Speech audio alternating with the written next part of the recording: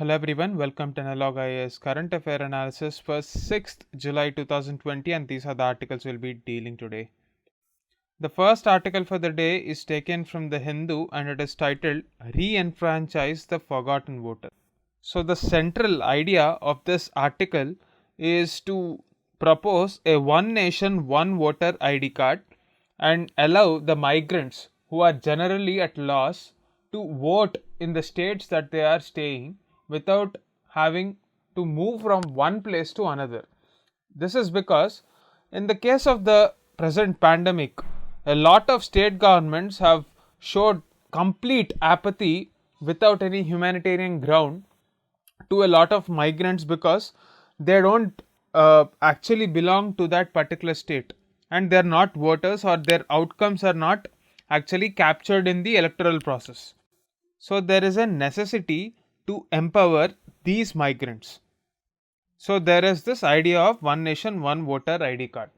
Now, in the response to the COVID-19 pandemic, we have recently seen that the Election Commission of India has allowed all the people who are aged above 65 years to vote by postal ballot. So, this will reduce the risk of exposure to the novel coronavirus. Before this move, it was available only to the disabled as well as people who were aged above 80 years. Now, postal ballots may not minimize the risk of infection, and the author of this article believes that providing separate voting booths would be a better idea for senior citizens.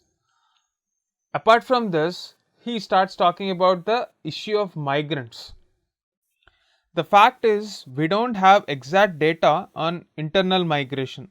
The closest that we came was in the Economic Survey 2016-17 when we talked about the scale of internal migration.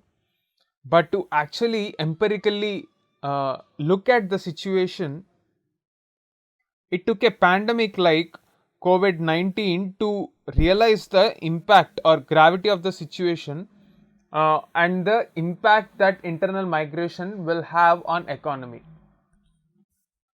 The biggest problem for these migrants, especially the internal migrants, is they don't enroll as voters in their place of employment since they find it very difficult to establish their proof of residence because they move from one rented house to another, and that would be a big problem. Many of them are even seasonal migrants who would rather vote in their villages if they can go back home, but it would be too expensive for them. Say, for example, someone who is working in South India, a state like Andhra Pradesh or Telangana, they would have to spend hundreds of rupees or thousands of rupees to go back to their home state, say in Northeast, and vote there. That would not be economically feasible for a lot of migrants, and hence they are left out of this democratic process. Now, it is in this context that Election Commission of India's job is pretty clear cut. So we have a general voting percentage of roughly around 65 to 70%.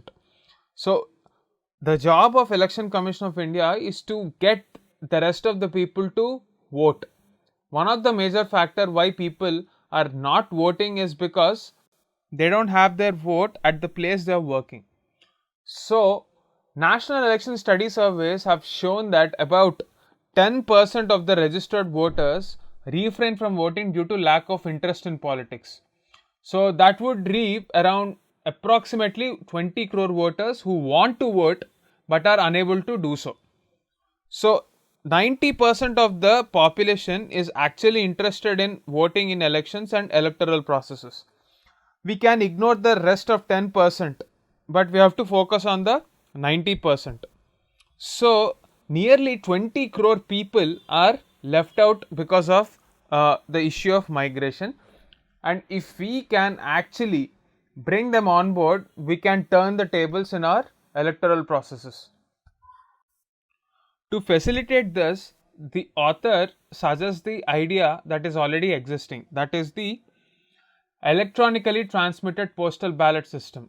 So with the use of this, Election Commission of India can test it similarly, like what it did in the case of service votes, it can link voter ID card and Aadhaar card for electoral processes. This will ensure that none of the individuals are left out.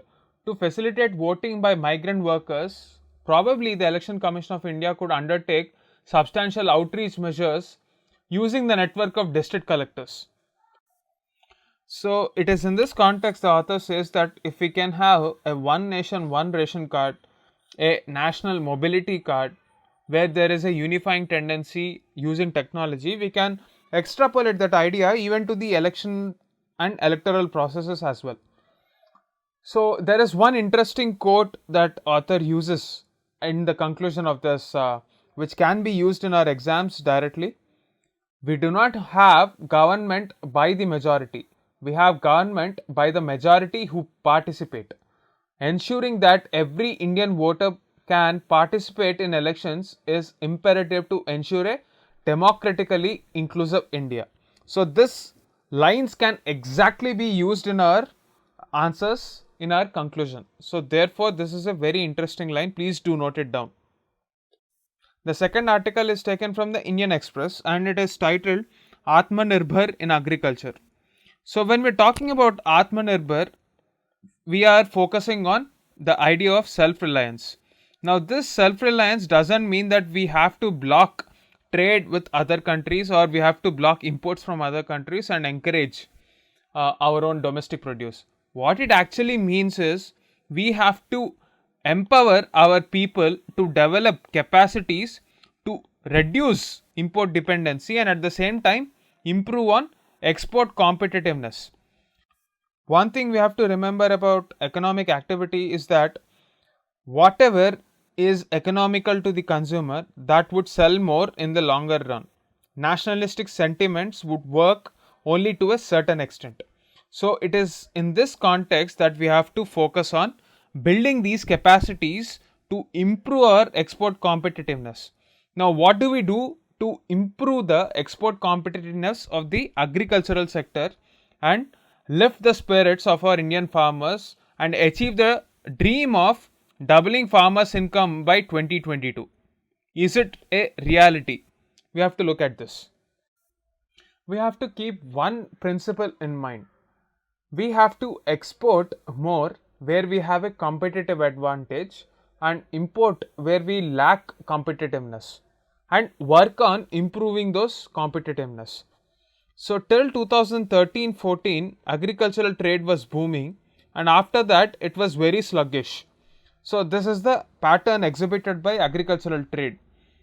So it is in this context at the present rate achieving the target of doubling farmers income by 2022 is very far fetched. If we take a look at our export basket, the highest value is of marine products. So all the seafood we export, we also have various towns which are completely focusing on marine products. For example, there is a town in Nellore which is called the shrimp capital of the world because of its export capability. So similarly, we have rice, spices, buffalo meat, sugar, tea, coffee, etc., which account for a significant amount of our trade.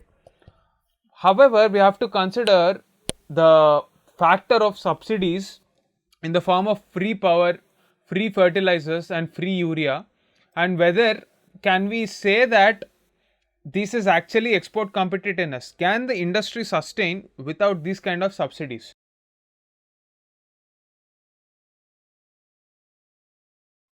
These subsidies reduce the cost of export. Now what we have to do is discourage these kind of exports and focus on high value exports. Now what are these high value exports?